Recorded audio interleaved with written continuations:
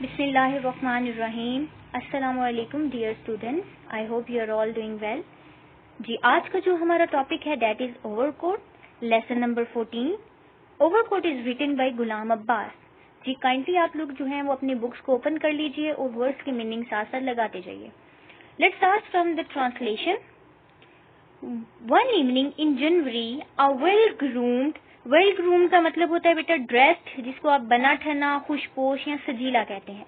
So one evening in January a well groom young man having walked up Davis road to the Mall turn to Charing Cross. जनवरी की एक शाम एक खुशपोश नौजवान Davis road से गुजरकर माल road पर पहुंचा और चेरिंग क्रॉस का रुख किया। His hair was sleek and shining and he wore sideburns. His hair was sleek. Sleek का मतलब होता है स्मूथ, शाइनी या सिल्की, जिसे आप बहुत ही मुलायम या चमकदार कह सकते हैं। His hair was sleek and shiny. उसके बाल मुलायम और चमकदार थे। And he wore sideburns. और दोनों तरफ कलमें थी। His thin mustaches seems to have been drawn with a pencil. और उसकी बारीक मूछें यूं लगता था, ऐसे लगती थी गोया सुरमे की सिलाई से बनाई गई हों। यानी उसकी मूछें इस कदर बारीक थी कि यूं महसूस होता था कि गोया किसी ने उस पेंसिल के साथ या सुरमे की सिलाई के साथ उसकी मूछों को बनाया है। He had on a brown overcoat with a cream colored. Cream colour का मतलब बादामी रंग या शरबती रंग, या जिसे आप कफूरी रंग भी कह सकते हैं। हाफ ओपन का मतलब अध खिला, यानी जो प्रॉपर अभी ओपन नहीं हुआ। Rose in his buttonhole and a green flat का मतलब चिपटी हुई, बिल्कुल हमवार। हैट विच ही वोर एट अ रैकिश का मतलब होता है बेटा टेढ़ा, रैकिश एंगल का मतलब जाविया या अंदाज। So he had on a brown overcoat with a cream-colored half-open rose in his buttonhole and a great flat hat which he wore at a rakish angle. वो बादामी रंग का ओवरकोट पहने हुए था जिसके काज में शरबती रंग के गुलाब का अध खिला फूल अटका हुआ था। And he wore and a green flat hat which he wore at a rakish angle. और सर पर हरे रंग का फ्लैट हैट टेढ़े अंदाज से पहने हुए था। अ वाइट सिल्क स्कार्फ, एक सफेद सिल्क का गुलूबंद। A white silk scarf was knotted at his ankle. जो एक सफेद सिल्क का स्कार्फ जो है वो उसके गले के इर्द गिर्द लिपटा हुआ था। One of his hand was slipped into a pocket of his overcoat. इसका एक हाथ ओवरकोट की जेब में था, while in the other he held a short polish cane. जबकि दूसरे हाथ में बैत की पॉलिश की हुई a short polish can which every now and then he twirled jauntily. So जबकि दूसरे हाथ में बैत की पॉलिश की हुई छोटी सी छड़ी थामे हुए था, जिसे मौज मस्ती में, जॉन्टली का मतलब बेटा होता है मौज मस्ती में, जिसे मौज मस्ती में आकर वो कभी कभी घुमाने लग जाता था। यानी उसके एक हाथ में एक हाथ जो है वो उसका ओवरकोट की जेब में था, जबकि जो उसका दूसरा हाथ है उसके हाथ के अंदर जो है वो बैत की पॉलिश की हुई एक छोटी सी छड़ी थी जिसे उसने पकड़ा हुआ था और जिसे वो मौज मस्ती में आकर या शरारत में आकर कभी कभी घुमाने लग जाता था। It was a Saturday evening in midwinter. ये हफ्ते की शाम थी। The sharp icy gust, बेटा गस्ट का मतलब होता है आंधी या झक्कड़, जिसे आइसी हो गया बहुत ही ज्यादा बर्फानी यानी फ्रीजिंग या चिली, और गस्ट का मतलब हो गया आंधी झक्कड़, जिसको आप ब्लास्ट या पफ या ब्लो कहते हैं।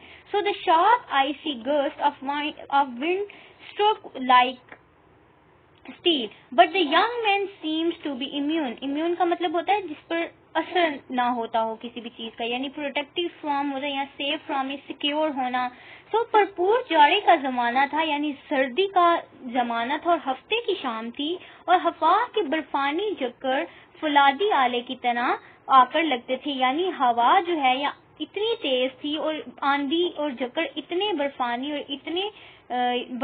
और यह बसता थे कि वो आले की तरह, फुलादी आले की तरह आकर लगते थे। लेकिन इस नौजवान पर, but the young man seems to be immune to them, लेकिन इस नौजवान पर इसका कुछ असर मालूम नहीं होता था। सो while others were walking briskly का मतलब होता है बेटा तेजी से, क्विकली या रैपिडली या स्विफ्टली या स्पीडीली, के जो है वो डिफरेंट सिनोनिम्स हैं. So while other were walking briskly to keep warm, इस नौजवान पर इसका कुछ असर मालूम नहीं होता था चुनाचे, जबकि लोग खुद को गर्म रखने के लिए, टू कीप वार्म, खुद को गर्म रखने के लिए तेज तेज कदम उठा रहे थे, यानी वो तेजी से चल रहे थे. सो while others were walking briskly to keep warm, लोग खुद को गर्म रखने के लिए तेज तेज कदम उठा रहे थे. he was ambling, बेटा ambling के amble का मतलब होता है मजे में लेकर चलना, मजे मजे से चलना, जिसको आप wander कहते हैं, जिसको आप walk कहते हैं, जिसको आप ramble कहते हैं, जिस walk के अंदर enjoyment होती है. so he was ambling, यानी वो मजे से चलते हुए along obviously enjoying his promenade. promenade का मतलब होता है बेटा आवारा हरामी या चहलकदमी करना, जिसको आप स्ट्रॉल कहते हैं, हाइक कहते हैं, रैम्बल कहते हैं. चुनाचे लोग खुद को गर्म रखने के लिए तेज तेज कदम उठा रहे थे, जबकि वो इस शदीद सर्दी में मजे मजे से चलते हुए ऑब्वियसली वाज़ेह तौर पर अपनी इस आवारा हरामी को या चहलकदमी को जो है वो एंजॉय कर रहा था, वो चहलकदमी से लुत्फ अंदोज हो रहा था. ओके, नेक्स्ट पैराग्राफ की तरफ आते हैं.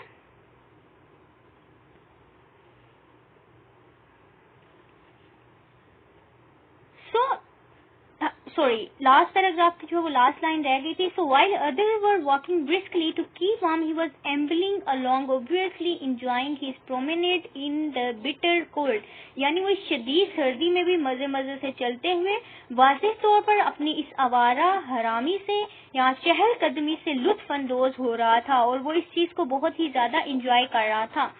ओके, नेक्स्ट पैराग्राफ की तरफ आते हैं. He looked such a dandy, dandy का मतलब होता है बांका या सजीला, जिसको आप गैलेंट या जेंटलमैन कहते हैं. he looked such a dandy that Tonga was on catching sight of him even from a distance. whipped का मतलब होता है चाबुक रसीद करते हुए, जिसको आप जो है वो घोड़ों को जिस तरह आप मारा जाता है उन्हें चाबुक रसीद किया जाता है.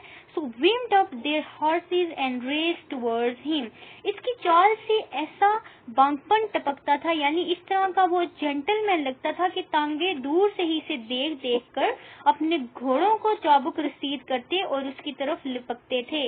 यानी उसके चहलकदमी करने का अंदाज इस तरह का था, उसके चलने का और उसके चाल से इतना ज्यादा वो सजीला नौजवान लगता था कि घोड़ेबान को लगता था कि वो ही इसके घोड़े के ऊपर जाकर बैठेगा. सो दूर से ही देखकर वो अपने घोड़ों को चाबुक रसीद करते थे और उसकी तरफ लपकते थे, यानी उसकी तरफ आते थे.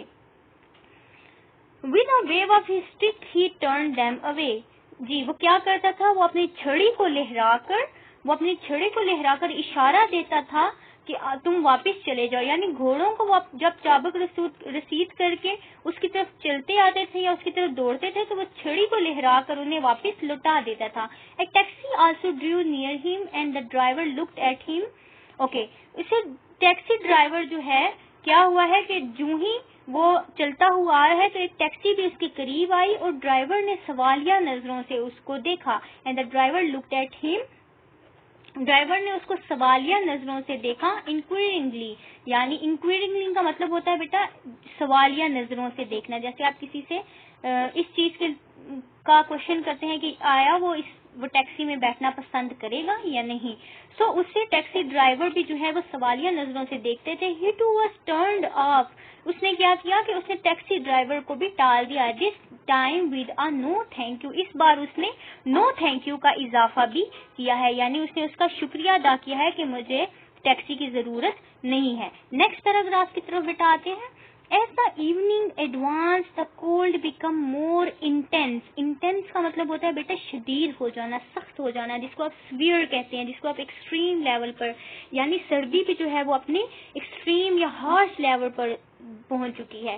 As the evening advanced, the cold became more intense. जो शाम के साए गहरे होते चले गए, यानी जो दिन ढलता गया और सूरज गुरूब हो गया और शाम के साए जो है वो ढलते चले गए, The cold became more intense. तो सर्दी की शिद्दत में भी इजाफा होता चला गया, यानी मौसम उतना ही ज्यादा सर्द होता गया. It was a cold that induced people to seek comfort in pleasure. जी, ये सर्दी थी। It was a cold that induce, ये सर्दी ही थी जिसने लोगों को, इंड्यूस का मतलब होता है बेटा माइल करना, उकसाना, परस्यूट करना, जिसको आप कहते हैं इंस्पायर करना, अर्ज करना। It was a cold that induce people to seek, seek का मतलब होता है बेटा तलाश करना, सीक कंफर्ट इन प्लेयर। ये सर्दी थी जिसने लोगों को तफरीह में आराम तलाश करने की तरफ माइल किया था। यानी जो लोग तफरीह, सैरो तफरीह के लिए निकले हुए थे, सर्दी ने उनको भी मजबूर कर दिया कि वो आराम की तलाश में चले जाएं। At such time it was not only the profligate अवारा मंश। प्रोफिगेट का मतलब बेटा होता है, प्रोफिगेट का मतलब होता है अयाश लोग, या जिसको आप अवारा मंश आदमी कहते हैं, जिसको आप करप्ट या इमोरल या बैड या विकेड सिंफुल आदमी कहते हैं। अब ये जो है प्रोफिगेट का बेटा जो है वो डिफरेंट सिनोनिम्स हैं, like corrupt, immoral, bad, wicked, sinful. Okay, at such time it was not only the profligate who reigned abroad, but even those who were usually content to live with their loneliness emerged from their hideouts to join in the gaiety of the streets. जी, इस line का जी मैं translation करने लगी हूँ। At such time it was not only the profligate who reigns, reigns का मतलब होता है बेमकसद घूमना, आवारा हरामी करना, जिसको आप रैम्बल या वेंडर कहते हैं। सो ऐसे मौकों पर ना सिर्फ अयाश आदमी, ना सिर्फ आवारा मंश जो कि बाहर घरों से बेमकसद घूमते हैं, अब्रॉड का मतलब होता है बेटा घर से बाहर। सो वो लोग जो घरों से बाहर बेमकसद घूमते हैं, ना सिर्फ वो लोग but even those who were usually content to live with their loneliness, बल्कि अमूमन वो लोग जो अपनी तन्हाई के साथ रहना पसंद करते हैं। यानी ना सिर्फ ऐसे मौकों पर जबकि शाम के साए जो है वो गहरे होते जा रहे हैं और सर्दी की शिद्दत में भी इजाफा होता जा रहा है, तो उस मौके पर न सिर्फ आवारा लोग यानी अयाश लोग ही अपने घरों, वो लोग जो अपने घरों से बेमकसद घूमने के लिए निकलते हैं, ना सिर्फ वो लोग बल्कि वो लोग भी जो अमूमन अपनी तन्हाई में रहना पसंद करते हैं, to live with their loneliness, जो अपनी जो है वो तन्हाई को जो है वो अकेले अब तन्हा रहना पसंद करते हैं और तन्हाई में रहना पसंद करते हैं। इमर्ज का मतलब होता है बेटा बाहर निकला है, फ्रॉम देयर हाइडआउट्स, हाइडआउट्स का मतलब पनागाहें। सो वो अभी गली बाजारों की रौनकों में शामिल होने के लिए अपनी पनागाहों से बाहर निकल आए हैं। From their hideouts to join in the gaiety of the street, gaiety का मतलब होता है बेटा रौनकें। सो वो भी शाम के वक्त उस सर्दी के अंदर गली बाजारों की रौनकों में शामिल होने के लिए, गली बाजारों को रौनक बख्शने के लिए जो है वो घरों से बाहर निकल आए हैं। ओके, नेक्स्ट पैराग्राफ की तरफ चलते हैं। एंड सो पीपल कन्वर्स्ड, बेटा कन्वर्स का मतलब होता है जमा होना, इकट्ठे होना, गैदर, क्राउड, फ्लॉक, टुगेदर। जी बेटा इसका मतलब जो है वो ये है। And so people converge on the mall where they amuse themselves among the variety of hotels. इस तरह ये लोग माल रोड पर जमा हो गए, जहां वो मुख्तलिफ होटलों पर, रेस्टोरेंट्स पर, कैफेज यानी कहवाखाने, स्नैक बार्स यानी जो स्नैक बार्स होते हैं, ये इन सारी चीजों के अंदर अपना दिल बहलाने के लिए अकॉर्डिंग टू हिज नीड्स अपने वसाइल का इस्तेमाल करते हुए उन अपने वसाइल के अंदर महसूस होने के लिए वो अपने घरों से बाहर निकल आए हैं और माल रोड पर जमा हो गए। यानी लोग जो है वो माल रोड पर जमा हो गए थे, जहां वो मुख्तलिफ होटलों पर, रेस्टोरेंटों पर, कहवाखानों पर, स्नैक बारों में अपना दिल बहला रहे थे और हर कोई अपने वसाइल के अंदर जो है वो लुत्फ अंदोज हो रहा था, हर कोई अपने वसाइल को जो है वो इस्तेमाल कर रहा था। Those who couldn't afford the player inside, और वो लोग जो होटलों के मजे लूटने की इस्तात नहीं रखते थे, जो लोग होटलों जिनके पास इतने वसाइल मौजूद नहीं थे कि वो उन सारे प्लेयर्स को एंजॉय कर सके, वो इतना अफोर्ड कर सके, they were content to gaze at the coloured lights and brilliant and advertisements outside. जी वो बाहर की रंग बिरंगी रोशनियों और चमकते दमकते इश्तहारात, एडवर्टीजमेंट का मतलब होता है इश्तहारात यानी साइन बोर्ड जो अमूमन गलियों में या रोड्स के ऊपर लगे होते हैं। तो वो लोग जिनके पास जो इतना अफोर्ड नहीं करते, जिनके पास इतनी इस्तात नहीं थी कि वो रेस्टोरेंट्स के अंदर, होटलों के अंदर मजे लूट सकें, सो दे वर कॉन्टेंट, वो कॉन्टेंट का मतलब बेटा यहाँ पर जो है वो मुतमईन है। सो दे वर कॉन्टेंट टू गेज, गेज का मतलब होता है टिकटिकी बात कर देखना, एक ही जगह पर मुस्तकिल देखते रहना। एट द कलर्ड लाइट, तो बाहर की रंग बिरंगी चमकती हुई रोशनियों, एंड ब्रिलियंट, ब्रिलियंट का मतलब चमकते दमकते एडवर्टीजमेंट, इश्तहारात की तरफ जो है वो देखकर मुतमईन थे। Okay, up and down the main road there was an unending stream of cars. जी, शाहराह पर आती जाती कारों, बसों, tongas and bicycles, while the pavement, बेटा पेवमेंट का मतलब होता है फुटपाथ, थ्रॉन्ग का मतलब होता है पुरहुजूम होना यानी बहुत ज्यादा रश होना, विद पेडिस्ट्रियंस यानी पैदल चलने वाले। सो क्या है कि शाहराह पर आती जाती कारों, बसों, टांगों और साइकिलों का एक लामुतनाही सिलसिला था, यानी बेबहा साइकिल्स थी, वहां पर बहुत ज्यादा कारें थी, टांगे थे और बसें बहुत ज्यादा तादाद में वहां पर मौजूद थी, जबकि फुटपाथ पर चलने वालों का जमे गफीर था। बेटा थ्रॉन्ग का मतलब होता है पुरहुजूम होना, बहुत ही ज्यादा रश होना, पेडिस्ट्रियंस का। सो पैदल चलने वालों का फुटपाथ पर बहुत ही ज्यादा जमे गफीर था, बहुत ही ज्यादा रश मौजूद था। आज के लिए इतना ही काफी है। इंशाल्लाह नेक्स्ट जो है वो हम लेक्चर में फर्दर मोर इसके जो है वो ट्रांसलेशन को करेंगे और इंशाल्लाह इसको आगे जो है लेसन को हम कंटिन्यू करेंगे। आपका जो नेक्स्ट क्लास का टास्क है वो ये है कि इसके फर्स्ट 5 क्वेश्चन जो हैं वो आप लोगों ने लिखकर मुझे सेंड करने हैं। जी, फर्स्ट 5 क्वेश्चन जो हैं वो आप लोगों ने लिखने हैं और मुझे भेज देने हैं। जी ठीक है, अपना ख्याल रखिएगा। अल्लाह हाफिज।